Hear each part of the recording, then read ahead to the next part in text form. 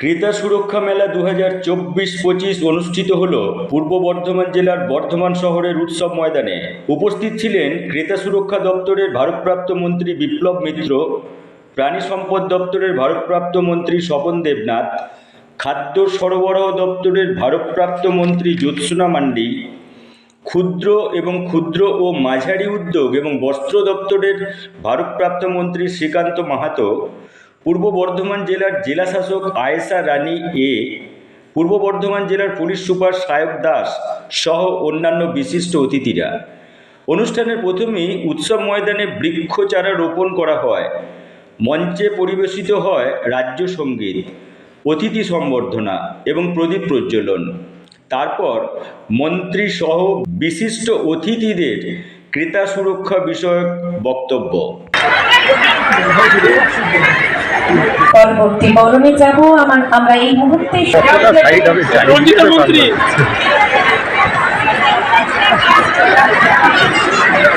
পশ্চিমবঙ্গ সরকারের খাদ্য ও সরবরাহ দপ্তরের মাননীয় রাষ্ট্রমন্ত্রী শ্রীমতী জ্যোৎস্না মান্ডি মহোদয়াকে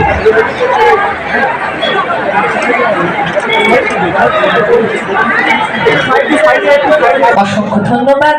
পূর্ব বর্ধমান জেলা পরিষদের মাননীয় সহকারী সভাধিপতি শ্রীমতী গার্গী নাহা মহাশয়াকে জানাই আমরা এই মুহূর্তে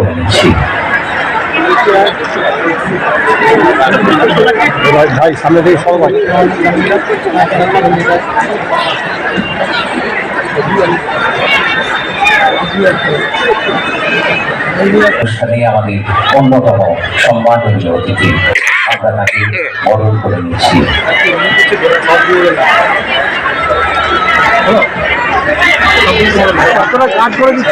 অসংখ্য ধন্যবাদ।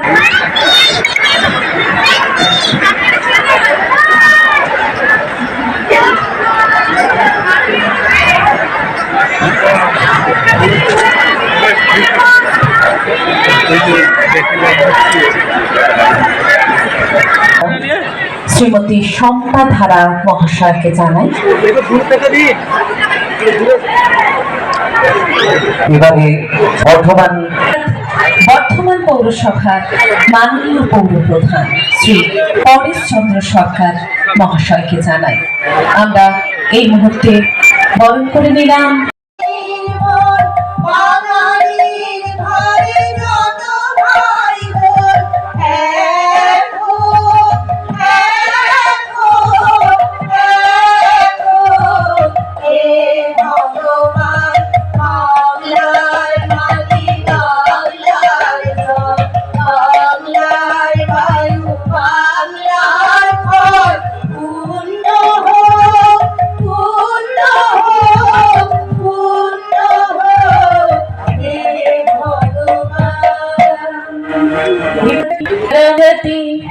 दीप जनार्दन दीप भारत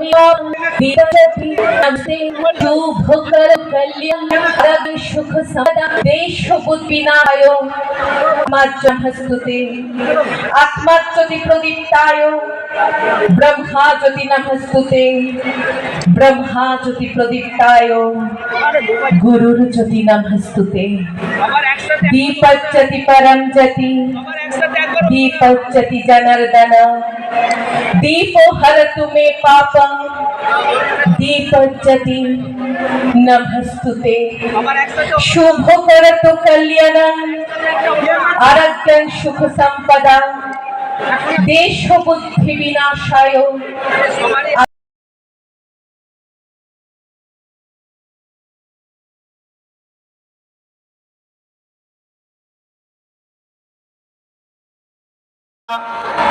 বিভিন্ন কলকাতার মেলাকে রেখেই আমরা পাশাপাশি আরো কখনো উত্তরবঙ্গে কখনো আমরা দক্ষিণবঙ্গের অন্যান্য জেলাগুলোতে জেলা শহরগুলোতে আমরা এই ক্রেতা সুরক্ষা মেলাকে আমরা সেখানকার মানুষের উদ্দেশ্যে আমরা এই মেলা আয়োজন করার চেষ্টা করে আসছি এবং আজকে সেই চেষ্টারই একটা ফল হিসাবে